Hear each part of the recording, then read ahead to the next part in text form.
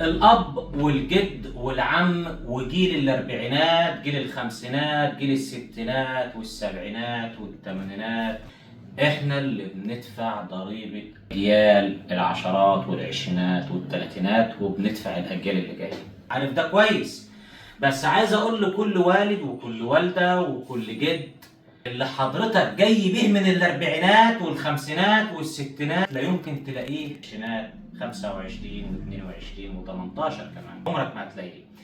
النت النهارده وثقافة الآخرين طور العقول، تطور الأفكار، بيقول إنه مش هينفع تطبق جيل الخمسينات، الستينات، السبعينات، الثمانينات، ولا حتى التسعينات.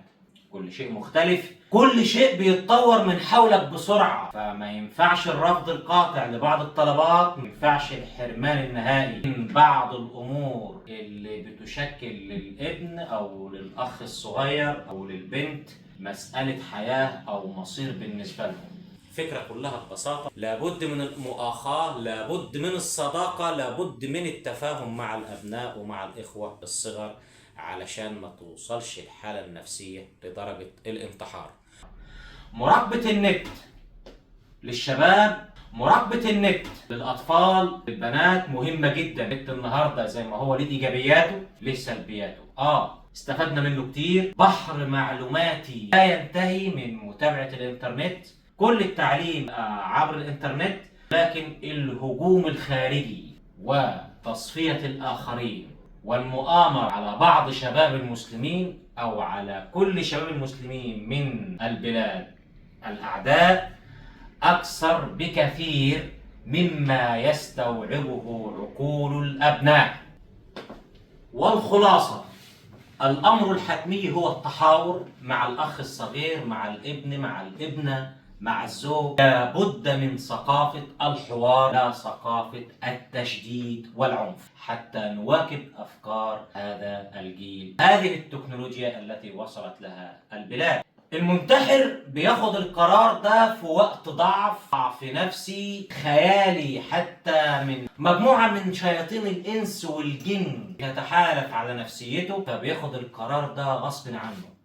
هو ما خدش القرار ده علشان يهرب من المسؤولية، هو ما خدش القرار ده علشان هو ندل وجبان وقال ان انا اتخلص من حياتي عشان احرق قلب والدتي عليا او قلب والدي عليا او قلب الناس اللي كانت بتعاديني او اتخلص منهم.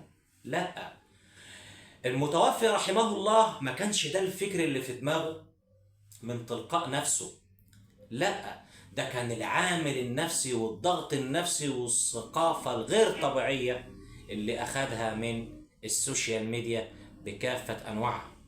المتوفي أمره بين يدي الله، إن شاء عذب وإن شاء رحم، أمره متروك بين يدي الله.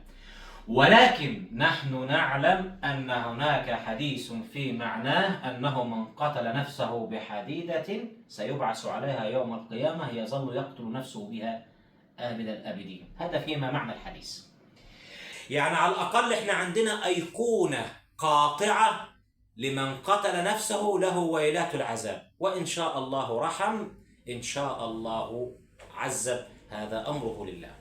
يعني على الأقل احنا عندنا أيقونة قاطعة لمن قتل نفسه له ويلات العذاب، وإن شاء الله رحم، إن شاء الله عذب، هذا أمره لله.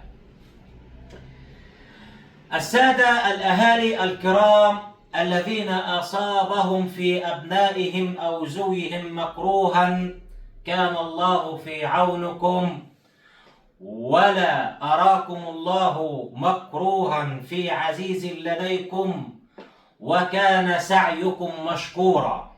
أنتم لا تريدون نصحا ولا تريدون عزاء، يكفيكم ما أصابكم نصحا وآلاما، وكان الله بعونكم، وجعله الله في ميزان حسناتكم، ونشد على أيديكم، والله غفور رحيم.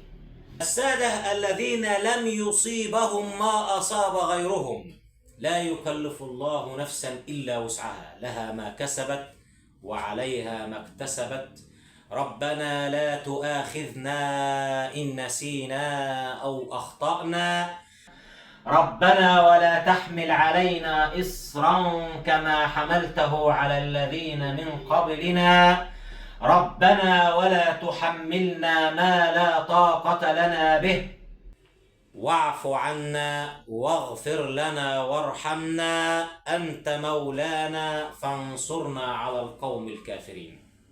صدق الله العظيم. كل الأمر منع الشاب أو البنت من الوصول للضغط النفسي الذي يوصلهم للانتحار هو الحوار.